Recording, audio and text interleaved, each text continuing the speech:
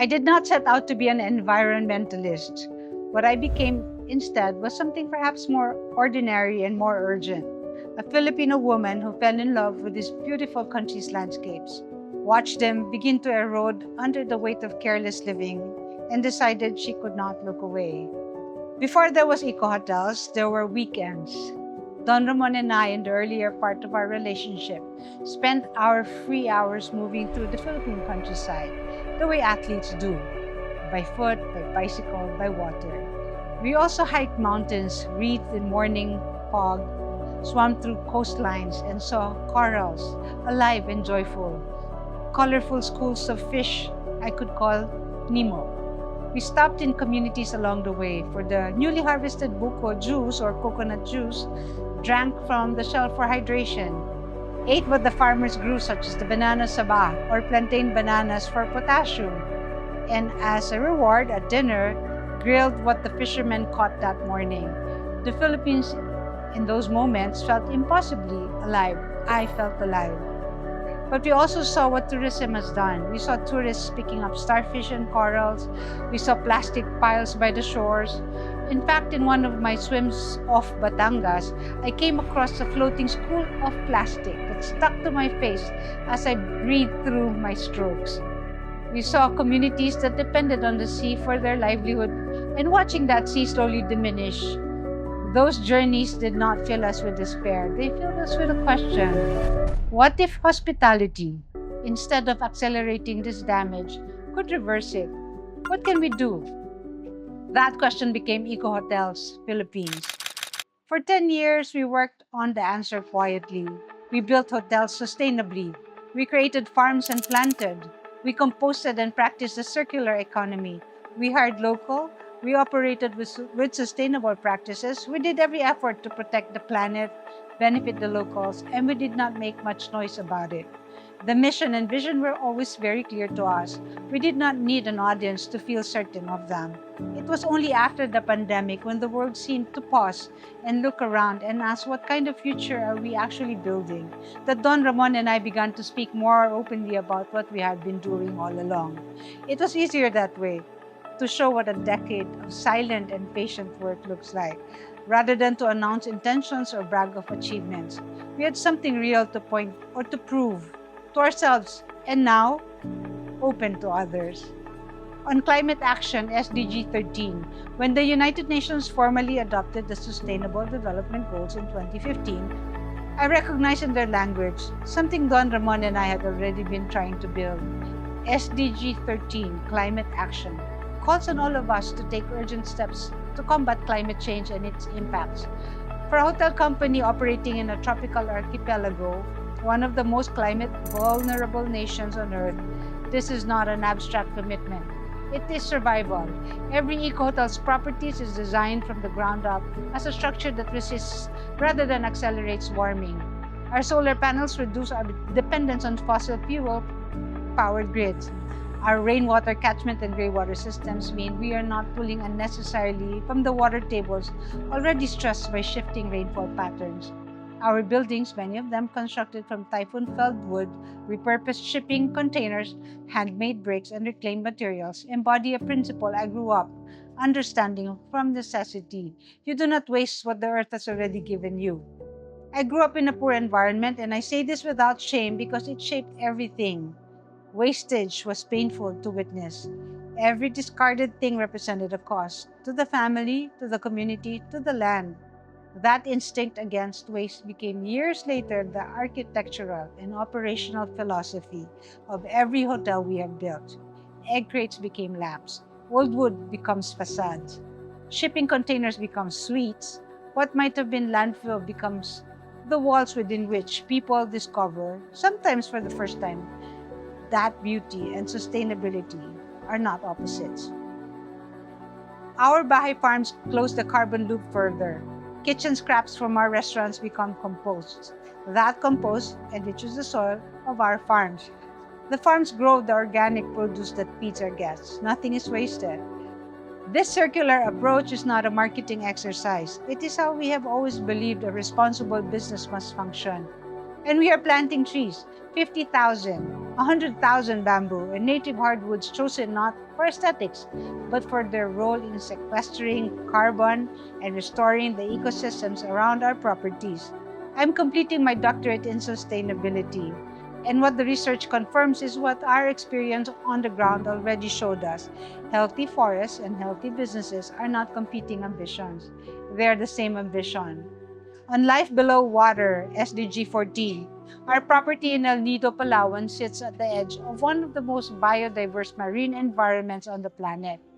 The Bakwit Archipelago holds coral ecosystems that scientists travel from across the world to study. It also holds communities of people, fishermen, boat operators, small farmers, whose entire way of life depends on the health of that water. SDG 14 asks us to conserve and sustainably use the oceans, the seas, and the marine resources. For Suites by Eco Hotels in El Nido, this is a daily practice. In every coastal community where we operate, we work alongside local leaders, barangay officials, and residents on the unglamorous but vital work. Waste management programs, cleanup drives, education campaigns about the connection between the land-based waste and ocean health. The plastic bag sometimes someone discards near the highway does not stay on the highway. It travels eventually to the sea. Don Ramon speaks often about the love of animals as a discipline that builds empathy. It is why Eco Hotels became one of the first hotel chains in the country to welcome pets, a policy rooted in his belief that caring for all living creatures is a practice that makes better humans of us. The same ethic extends to the creatures beneath the surface of the water. The sea turtle that nests near a coastal property is not an inconvenience. Or let's make it common. The reptiles that end up in our property is not to be seen as undesirable or to be killed or caged because we are fearful. They are our neighbors and we have obligations to our neighbors. Tourism can be an act of extraction or it can be an act of devotion. Every guest who stays with us near the water and returns home understanding why that water matters, understanding the link between a healthy reef and a thriving fishing community, understanding why they should think twice before leaving sunscreen residue in a marine sanctuary, is a guest who carries that knowledge forward. That too is climate action. That too is SDG 14. On Life on Land, SDG 15, of all the goals that resonate most personally with me, SDG 15, Life on Land, may speak most directly to the soul of what we have built. It calls for the protection, restoration, and promotion of sustainable use of terrestrial ecosystem, the management of forests, and the health of biodiversity loss.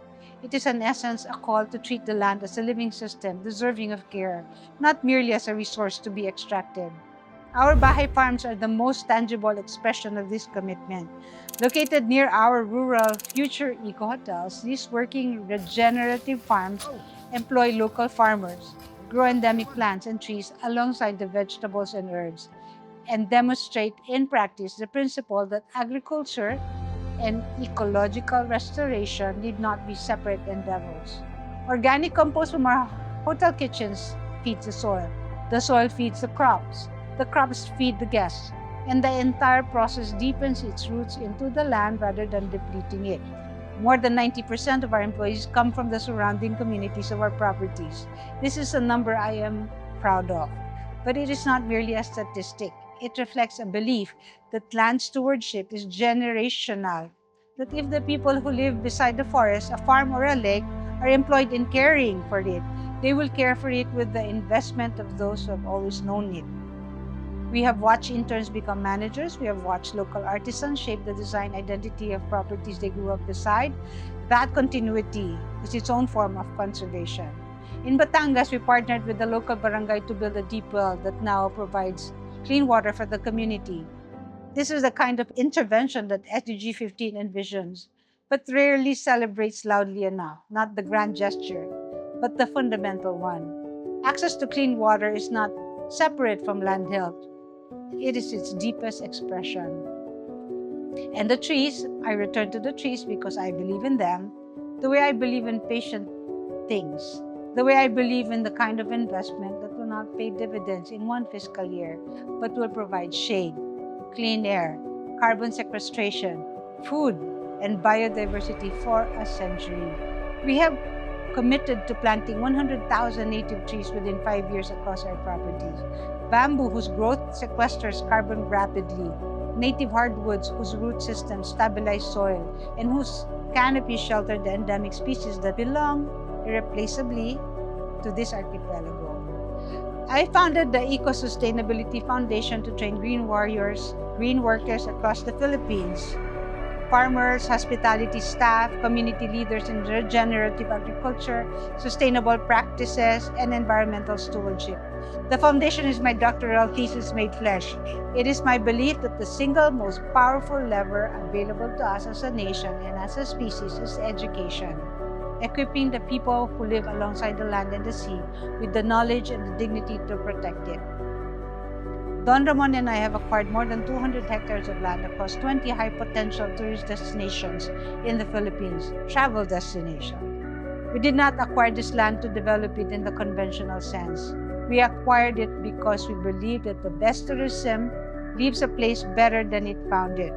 That every guest who arrives at one of our properties and watches the sunrise over Taal Lake, or swims in the waters off Palawan, or walks barefoot through a working farm in Batangas, should leave a different relationship to those places. More tender, more responsible, more awake, more alive. SDGs 13, 14, and 15 are not targets on a report card for us. They are the commitments that live in the design of every structure we build, every tree we plant, every farmer whose livelihood we support, every employee who discovers through their work with us that caring for the environment is not a sacrifice. It is the most dignified and necessary way to live. I am not a hardcore environmentalist. I am a Filipina, an entrepreneur, a wife, a mom of 6, his and her children, a former triathlete, and someone who has spent years moving through the beauty of this country and choosing each time to try to give something back.